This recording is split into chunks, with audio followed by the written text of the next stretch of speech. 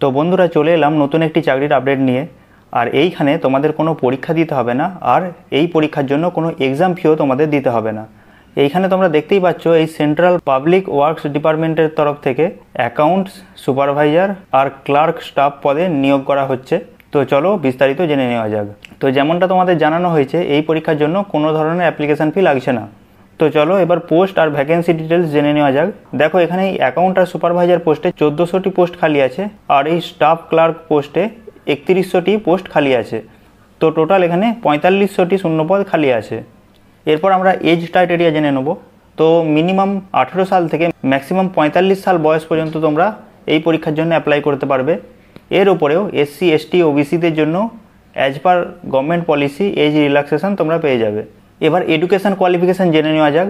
এই অ্যাকাউন্ট আর সুপারভাইজার পোস্টের জন্য তোমাদের গ্র্যাজুয়েট হওয়া লাগবে, আর ক্লার্ক স্টাফ পোস্টের জন্য কেবলমাত্র 12 পাস করলেই তোমরা এই পরীক্ষার জন্য এলিজিবল হয়ে যাবে।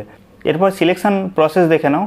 এইখানে দেখো তোমাদের একাডেমিক যে মার্কস আছে তার উপর ভিত্তি করে তোমাদের 20 মার্কস দেওয়া হবে। এসসি এসটি ওবিসি হলে তার উপর এক্সট্রা তোমাদের 5 মার্কস দেওয়া হবে, এবং তোমরা যদি বিপিএল বা ইডব্লিউএস সার্টিফিকেট তোমাদের যদি থাকে তার জন্য আরও এক্সট্রা 5 মার্কস দেওয়া হবে। আর কিছু পোস্টের জন্য তোমাদের এফিসিয়েন্সি টেস্ট হবে, আর তার উপর 70 মার্কস থাকবে। আর এই সম্পূর্ণটা যোগ করে দেখো টোটাল 100 মার্কস হচ্ছে, আর এই 100 মার্কসের মধ্যে তোমাদের মেরিট তৈরি করা হবে। এবার তোমরা স্যালারি ডিটেলস দেখে নাও। দুটো পোস্টের জন্যই 25,500 থেকে বেসিক স্যালারি আছে, আর এর উপরেও সরকারি আরও অ্যালাউন্স আছে। তো এরপর তোমরা ইম্পর্টেন্ট ডেটগুলি জেনে নাও। এর অ্যাপ্লিকেশন প্রসেস চালু হবে 30শে জুলাই থেকে, আর সম্ভবত এর লাস্ট ডেট থাকবে 28শে আগস্ট পর্যন্ত। সম্পূর্ণ নোটিফিকেশান এখনও জারি করা হয়নি।